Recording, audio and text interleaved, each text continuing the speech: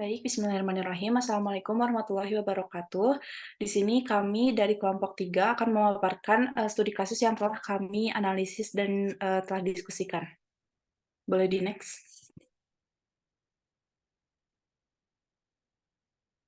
Untuk anggota kelompoknya sendiri ada Adinda Lutfiah, Hasna Mutia saya sendiri, Regina Claresta, Salmanisa, Cynthia, dan juga Tiari.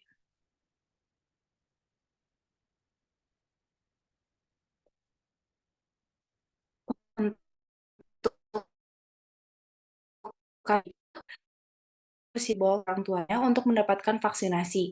Bayi dalam keadaan sehat, bergerak aktif, memberikan respon yang baik sesuai usia ketika diajak komunikasi. Riwayat imunisasi sebelumnya telah diberikan imunisasi HB0 dan BCG. Hasil pemeriksaannya, bayi keadaan umum baik, responsif terhadap stimulus, kulit baik, tidak ada sianosis, suhu 37 derajat Celcius, nadi 110 kali per menit, panjang badan 55 cm, dan tidak ada cacat maupun kelainan.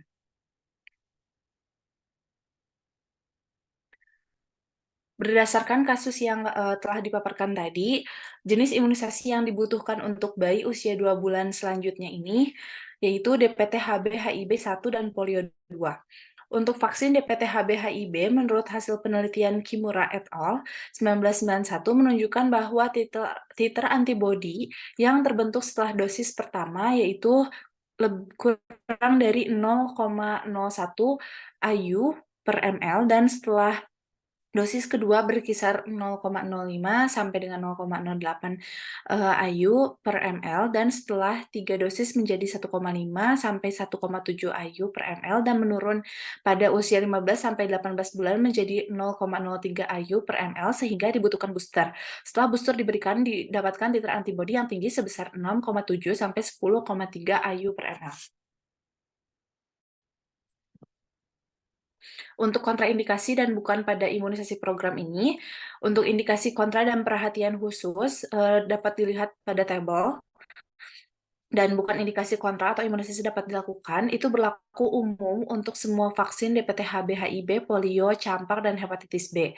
Riwayat reaksi anafilaktik pada pemberian imunisasi dengan antigen yang sama sebelumnya, dengan indikasi kontra dan perhatian khusus, dan juga bukan indikasi kontra atau imunisasi dapat dilakukan terhadap vaksin DPT-HB HIB, yaitu untuk indikasi kontranya, ensefalopati dalam 7 hari pasca DPT-HB HIB sebelumnya, dengan perhatian khusus yang pertama demam lebih dari 40,5 derajat Celcius dalam 48 jam pasca DPT-HB HIB sebelumnya, yang tidak berhubungan dengan penyebab lain. Yang kedua, kolaps dan keadaan seperti shock atau episode hipotonik atau hiperresponsif dalam 8 jam pasca DPT-HB HIB sebelumnya. Yang ketiga, kejang dalam 3 hari pasca DPT-HB HIB sebelumnya.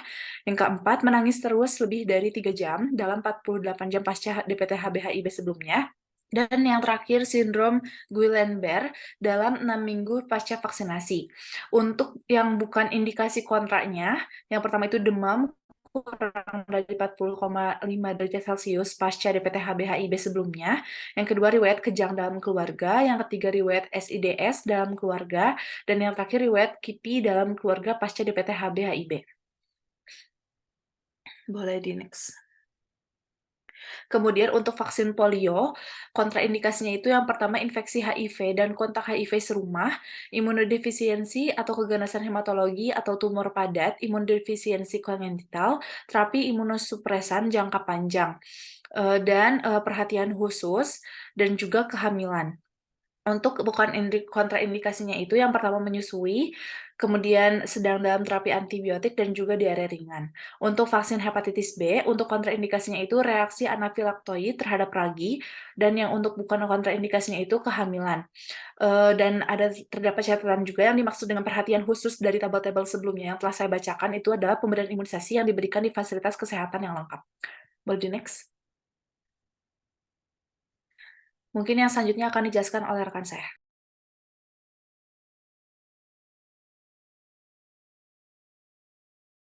Baik, untuk selanjutnya di sini ada konsep dasar imunisasi. Imunisasi juga dikenal sebagai vaksinasi, yaitu tindakan pemberian vaksin kepada individu dengan tujuan untuk meningkatkan kekebalan tubuh mereka terhadap penyakit tertentu. Konsep dasarnya ini yaitu melibatkan pemahaman tentang bagaimana sistem kekebalan tubuh bekerja dan bagaimana vaksinasi dapat memanfaatkan mekanisme ini untuk melindungi individu dan masyarakat dari penyakit berbahaya. Boleh di next.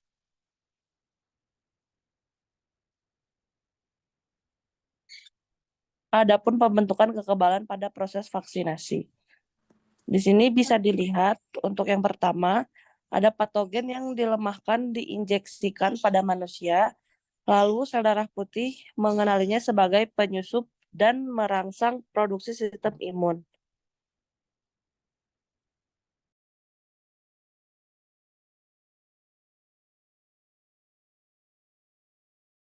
Baik, yang selanjutnya adalah pembentukan kekebalan pada proses vaksinasi. Yang pertama, di dalam vaksin itu ada patogen yang dilemahkan. Nah, patogen yang dilemahkan ini akan diinjeksikan pada manusia. Kemudian, sel darah putih akan mengenali sebagai penyusup dan merangsang produksi sistem imun. Nah, selanjutnya sistem imun ini akan merespon dengan membentuk antibodi atau sel B dan juga kekebalan tubuh atau sel T. Kemudian sistem imun juga membentuk sel memori untuk mengingat dan mengenali patogen. Kemudian antibodi ini sudah dimiliki dan memiliki kemampuan untuk mendeteksi dan melawan patogen. Akhirnya nanti sel B dan sel T ini akan diproduksi dengan cepat jika terinfeksi di masa yang akan mendatang. Nah, dalam pembentukan kekebalan pada proses vaksinasi ini ada 3 poin penting. Yang pertama itu ada mengenali patogen, yang kedua itu melawan, dan yang ketiga yaitu mengingat. Boleh di next.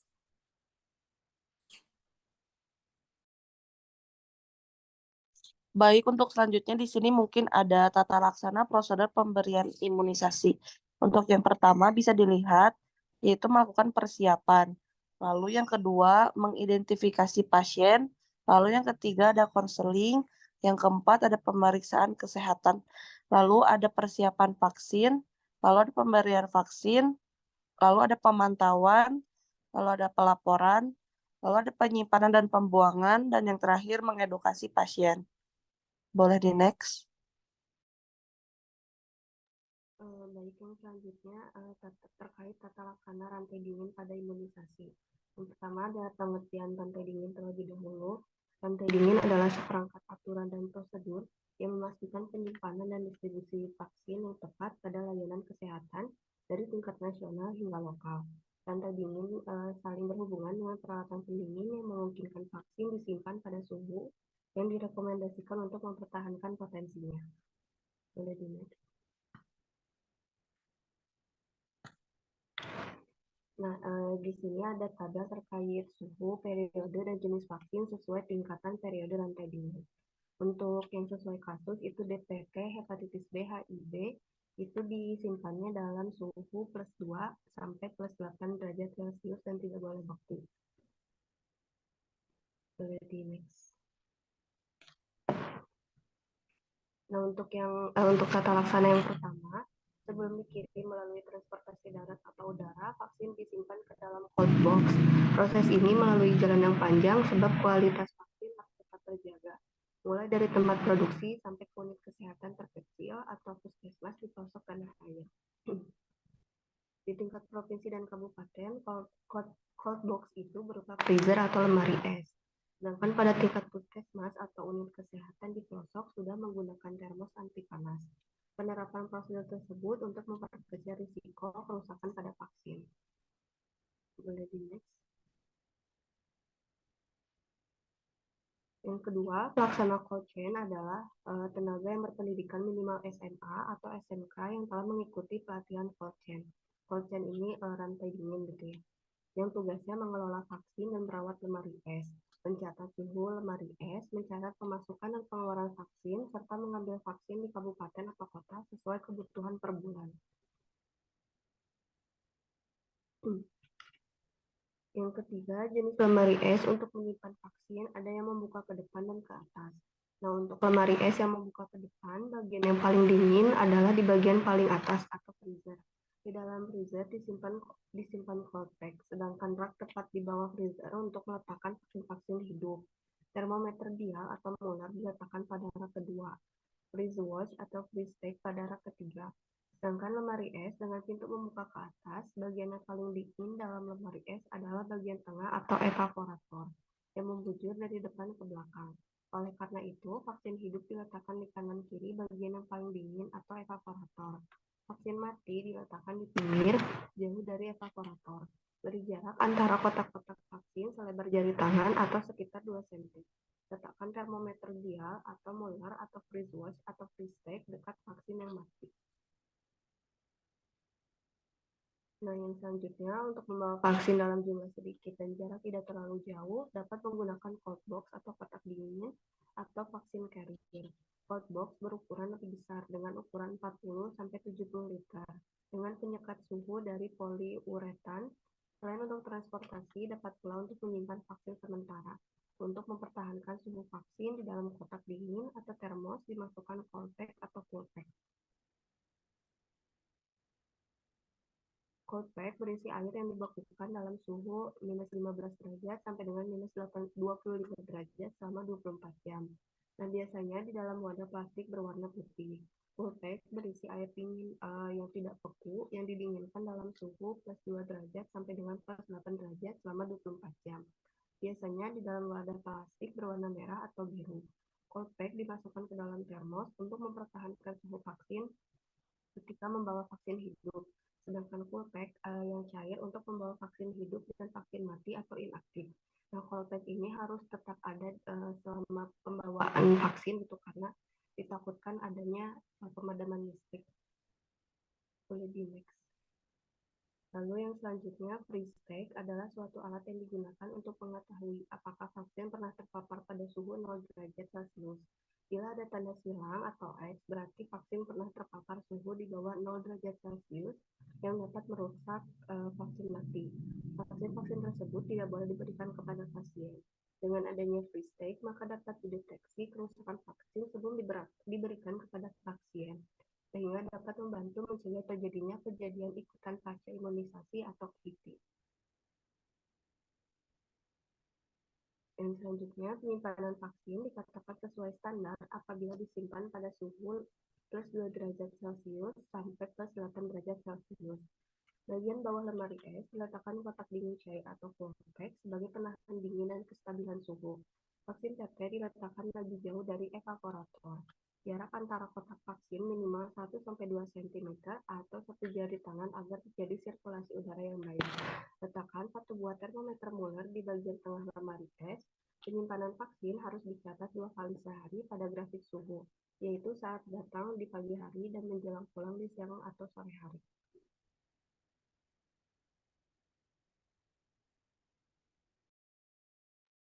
Baik, untuk selanjutnya yaitu ada KIPI atau kejadian ikutan pasca imunisasi. KIPI sendiri merupakan suatu kejadian sakit yang terjadi setelah seseorang menerima imunisasi, yang diduga penyebabnya itu disebabkan oleh imunisasinya sendiri. KIPI juga dalam bahasa Inggris itu Adverse Event Following Immunization atau AEFI. Nah, kapan sih bisa menentukan KIPI dari mana gitu ya? Nah, yang pertama itu dilihat dari berapa besar frekuensi kejadian KIPI pada pemberian vaksin tertentu. Kemudian bagaimana sifat kelainan tersebut, lokal atau sistemik. Kemudian bagaimana derajat kesakitan resipien, apakah memerlukan perawatan, apakah menyebabkan kecacatan, atau menyebabkan kematian. Kemudian apakah penyebabnya itu dapat dipastikan, diduga, atau tidak terbukti. Kemudian dan akhirnya apakah dapat disimpulkan bahwa KIPI ini berhubungan dengan vaksin, apakah berhubungan dengan kesalahan produksi atau kesalahan pemberian. Nah, untuk klasifikasi KIPI sendiri ada 4. Yang pertama itu ada induksi vaksin atau vaksin indus yang disebabkan oleh karena faktor intrinsik vaksin terhadap resipien. Contohnya itu seperti anak yang menderita poliomielitis setelah mendapatkan vaksin polio oral. Kemudian ada provokasi vaksin atau vaksin patentiated, yaitu gejala klinis yang timbul kapan saja dan terjadi karena provokasi vaksin. Contohnya terjadinya kejang demam pasca imunisasi pada anak yang mempunyai predisposisi kejang. Kemudian klasifikasi kesalahan program atau programmatic errors, yang mana gejala yang timbul akibat adanya kesalahan pada teknik pembuatan dan pengadaan vaksin atau pada teknik cara pemberian. Contohnya terjadi indurasi pada bekas suntikan yang disebabkan oleh vaksin, yang seharusnya diberikan secara intramuskular, diberikan secara subkutan. Dan yang terakhir ada koinsidensi atau koinsidental, yaitu terjadi bersamaan dengan gejala penyakit yang sedang diderita. Contohnya, bayi yang memiliki penyakit jantung bawaan mendadak mengalami sianosis setelah dilakukan imunisasi. Nah, KIPI ini akan tampak setelah dilakukan pemberian vaksin dalam dosis yang besar. Kejadian ikutan pasca imunisasi ini dapat ringan sampai berat, terutama pada imunisasi massal atau setelah penggunaannya itu lebih dari 10.000 dosis vaksin. Nah, gejala klinis KIPI ini dapat dibagi menjadi gejala lokal dan sistemik, serta reaksi lainnya dapat timbul secara cepat maupun lambat. Kemudian, vaksin ini kan ditunjukkan untuk orang sehat, terutama bayi. Nah, akibatnya vaksin harus memiliki toleransi yang lebih rendah terhadap efek samping daripada obat-obatan yang diberikan kepada pasien yang sakit. Nah, untuk menghindari reaksi cepat yang disebut KIPI, seorang anak itu harus diawasi selama beberapa hari gitu, selama beberapa waktu. Nah, untuk menghindari reaksi cepat tersebut, seorang anak itu harus diawasi kurang lebih minimal 15 menit setelah pemberian setiap jenis vaksin. Nah, untuk gejala umum KIPI itu yang pertama ada reaksi lokal, yaitu berupa abses pada tempat suntikan, limfadenitis, reaksi lokal lain yang berat misalnya selulitis, BCG-itis. Kemudian ada reaksi SSP, seperti kelumpuhan akut, ensefalopati, ensefalitis, meningitis kejang. Kemudian ada reaksi lain, yaitu ada reaksi alergi, urtikaria, dermatitis atau edema. Kemudian reaksi anafilaksis, yaitu berupa hipersensitivitas, shock anafilaksis, artralgia, demam, episode hipotensif hiporesponsif, osteomielitis, menangis menjadi terus-menerus, dan sindrom shock toksik. Nah, kalau misalkan gejala KIPI berdasarkan vaksin, yang pertama itu ada toksoid yang berupa DPT, DT, dan TTT. Gejala klinisnya itu berupa shock anafilaksis yang timbul 4 jam setelah pemberian, kemudian ada neuritis brachial, timbulnya 2-28 hari, kemudian komplikasi akut termasuk kecacatan dan kematian itu tidak tercatat waktunya kapan. Nah, kalau untuk hepatitis B, gejala klinis KIPI-nya itu ada shock anafilaksis, waktunya 4 jam, untuk komplikasi akut termasuk kecacatan dan kematian itu tidak tercatat. Dan selanjutnya polio hidup atau OPV, polio gejala klinisnya ada polio paralisis, waktunya 30 hari, kemudian polio paralisis pada resipien imunokompromis, yaitu waktunya 6 bulan, kemudian ada komplikasi akut termasuk kecacatan dan kematian yang waktunya tidak diketahui. Kemudian ada gejala KIPI berdasarkan vaksin berikutnya, yaitu ada vaksin berisi polio yang diinaktivasi atau IPP, di mana untuk gejalanya itu ada shock anafilaksis, waktunya 4 jam, dan ada komplikasi akut termasuk kecacatan dan kematian yang waktu timbulnya itu tidak tercatat. Kemudian ada hemophilus influenza tipe B, unconjugated PRP. Untuk gejalanya itu ada klinis infeksi HIV, waktu saat timbulnya itu 7 hari, dan ada komplikasi akut termasuk kecacatan dan kematian yang waktunya tidak tercatat.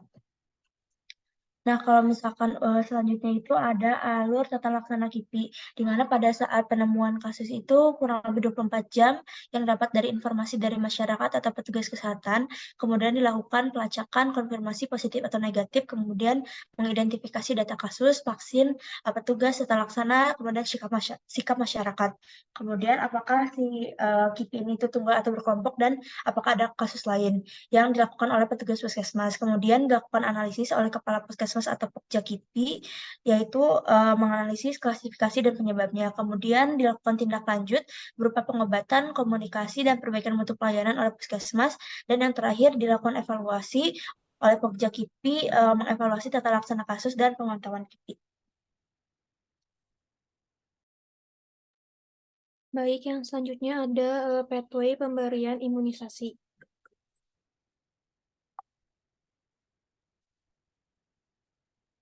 Baik, yang awal itu pasien datang lalu langsung ke loket pendaftaran dan pasien dipanggil sesuai nomor urutan. Lalu diberikan pelayanan imunisasi, yaitu ditimbang berat badannya terlebih dahulu, lalu dilakukan anamnesa, kelengkapan KMS atau buku KIA, lalu untuk keadaan umumnya dan juga riwayat imunisasi. Lalu setelah itu dilakukan pemeriksaan keadaan umum bayi, Setelah itu dilakukan pemberian imunisasi. Penyiapan alat dan vaksin, pemberian vaksin polio jenis OPV ditetes melalui mulut. Sementara itu, jenis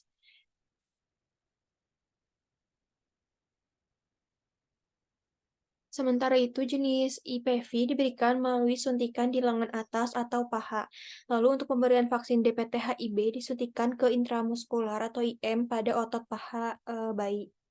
Lalu dilakukan penyuluhan dan juga efek samping mengenai imunisasi yang telah diberikan. Lalu setelah itu pasien dibolehkan untuk pulang.